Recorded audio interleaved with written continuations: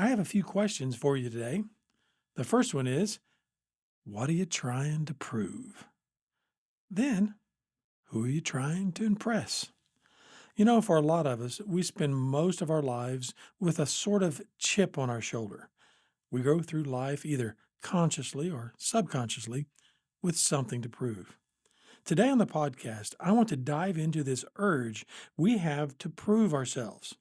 I will share parts of my story and insights I discovered while working at the United States Senate.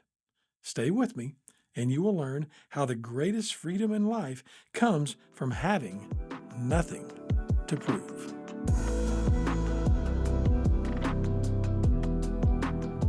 Hello, everyone. I'm Ray Sanders, and you're listening to the Ray Sanders Leadership Podcast.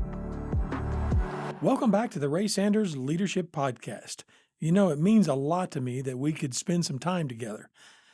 I recently came across a quote by R.T. Kendall. The quote says, "The greatest freedom is having nothing to prove." I asked you before, but let me ask you again. What are you trying to prove? Who are you trying to impress? What if the one that matters most accepts you for who you are, is proud of you, and loves what you are becoming? So many times we criticize ourselves and are hard on ourselves because we don't like who we are. But who are we becoming? What's our full potential? I think that's how our Creator sees us, and He's the one that matters most. I believe it is then that we begin to recognize that we have nothing to prove. When we do so, we feel free from the past, free to live in the present, and free to pursue the future with pure joy and without fear. When I was a little boy, I grew up in about a 900 square foot home. That's right, it wasn't real big. In fact, my home now that I live in is about 4 times that size. And when I drive back by that old home, I'm amazed that we did all we did in that small little home. I used to joke that I didn't have a, a shower until I was 15, and people would look at me and go, "You didn't have a shower until you're 15. Does that mean you didn't bathe?" I didn't say I didn't bathe. I said I didn't have a shower until I was 15. We really didn't. We didn't have a shower until we moved to a new house. And when I got into that hot shower, I never will forget. It was so great. Not that I don't still like a good bath now and again. I often tell people that I grew up one block from the wrong side of the tracks. My dad was a working class guy. He worked for a trucking company and unloaded trucks on the dock. He was married to my mom when he was about 22, 23, and she was pregnant with me when she was 15. And we weren't poor, but we certainly didn't have a lot of things that a lot of other kids in my town had. And I never will forget, I had the opportunity one time to go to the richest kid in town's house. And as I walked up to the house, I couldn't believe, first of all, how huge it was. They had multiple garages. I think there must have been 4 or 5. And they had little golf carts and go-karts running around on the grounds. And they had people mowing their yard. And then they had maids in little dresses. And their house was just absolutely huge. And when I walked into his bedroom with the other guys, I immediately thought, his bedroom is almost as big as my house. And not only that, he had this closet where you walked into, and it was as big as my bedroom. And then he had his own bathroom with a shower and a toilet all to himself. I was thinking, man, this guy has it made. And then I thought to myself, I don't really feel like I belong here. I had very low self-esteem. I was insecure. And I realized maybe I just didn't fit in. Well, fast forward many years later, and I'm in the car driving to Tulsa from Oklahoma City, and my wife is noticing that I'm kind of down and not exactly my typical peppy self. And she said, "Hey, what's going on?" I said, "I don't know. I just can't shake it. I just feel kind of insecure about some people I'm hanging out with. I just don't know that I have what it takes." I was really doubting myself. And she listened well, like she often does. And as I'm talking to her, I looked over and I said, I figured it out. I figured it out. I'm not that little boy anymore. She said, "That not that little boy anymore. What are you talking about?" I said, "I'm not that little boy that grew up in that little 900 square foot house. I might have been the first on my mom's side and second on my dad's to go to college, but I've done a lot of things since then, and I'm not that little boy anymore. And then I was reminded in the house that I grew up in, I think my dad had good intentions, but I even had things to prove to him as well. There were times that as the oldest, I would go out and I'd be mowing the yard, and my dad would stand at the end of each row. And as I would turn around to come back, he would be judging me as to whether or not the line that I had made with the lawnmower was perfect. I felt so much pressure to prove to him that I could mow the yard. And if that wasn't enough, we had a big garden in our backyard, a huge garden with big tomatoes and potatoes and corn and things like that, and green beans that we would often snap. And at the end of the season, we'd have to often turn the soil. And I remember one time I was setting out back with my dad, and I had the shovel and I was turning some dirt, and he snatched it out of my hand and he says, "What are you doing? Don't you even know how to shovel dirt?" And I thought, oh man, I got to prove to him that I can dig a hole in the ground.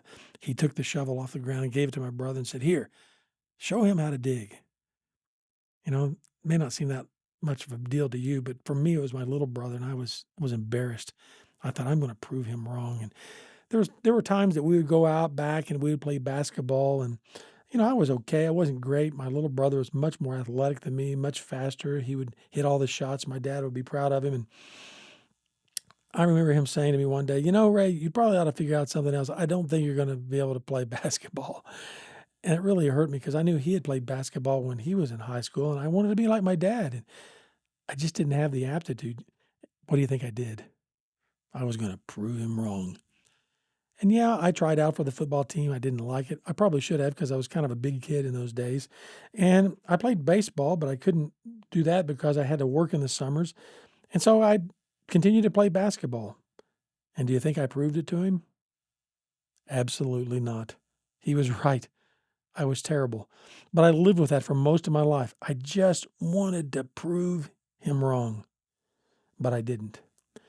Fast forward, and I went to college, and there were some people in my life that really encouraged me. I was surprised, quite frankly, that I didn't end up on a dock or doing something like what my dad had done or worked on the farm or something like that. But lo and behold, I went to school and I ended up getting a job at the United States Senate in Washington, D.C. I really couldn't believe it. This kid from Canadian County in Oklahoma had gotten a job in the United States Senate. And I had the privilege of working with all kinds of U.S. senators in a nonpartisan role with Democrats and Republicans and otherwise. And I even had a chance to work with the President of the United States. It was amazing, the opportunities that I had. And not too long ago, a federal judge asked me, he said, "What has surprised you most in your work with leaders?" And in my mind, I went back to those days when I was working in the United States Senate. Oh, I must have been probably 23, maybe 24 years of age. And oftentimes, after the Senate would be in session, the senators would be asked to go on the evening news on NBC, ABC, CBS to give a statement about some type of legislation or some world event. And oftentimes, I would be the only one there in the studio running camera, taking care of the senator. And I never will forget one night I was with a particular senator. I won't mention him by name. And he was preparing to go on the evening news. And he looked at me, and our eyes met. And I could tell in looking in his eyes, he was afraid. He was scared. And he looked up at me. We had become friends over the course of the years that I'd worked there. And he says, "What do you think I ought to say? What's the first thing that I should say? Do I look okay? How about my hair? What do you think?" And it was in that moment that I realized the way that I would answer this federal judge later years in my life is the thing that surprised me most in my work with leaders is how insecure they were.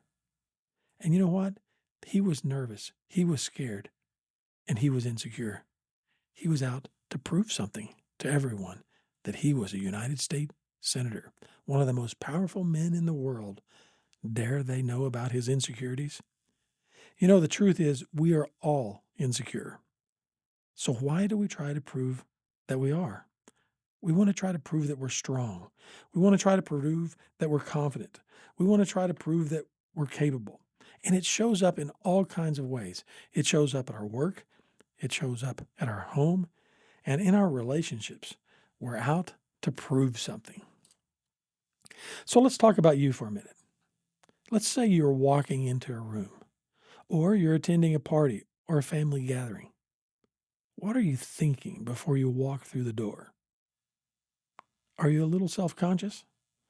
Are you checking your reflection in the glass on the front door? Or maybe in a mirror that you pass by? Are you practicing your smile or pushing your shoulders back? Are you working on your handshake on the way over? You know what?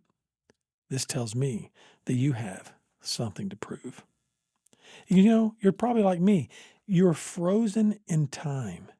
And what you need to realize is you're not that little boy anymore.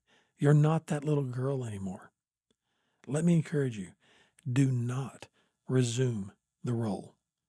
Don't resume the role that you've always played. You're not that little boy. You're not that little girl. You have nothing to prove to your dad. You have nothing to prove to your mom, your brothers, your sisters, or anybody else that's in that room or in your family. Reset your perspective. Step into who you are today. You're someone that has nothing to prove because the person that matters most loves you the most, and he's proud of who you are becoming. Realize that the one that matters most accepts you for who you are, is proud of you, and loves you for what you're becoming. Because of that, you have nothing to prove. R.T. was right when he said the greatest freedom is having nothing to prove. Hey, thanks for stopping by. If you were encouraged or inspired, we'd love for you to hit the like button. Better yet, why not share this podcast with a friend? And for sure, reach out to us at raysanders.com. We would love to hear from you. That pretty much does it for this show today. Thanks for joining us on the Ray Sanders Leadership Podcast. We're in your corner for life and work.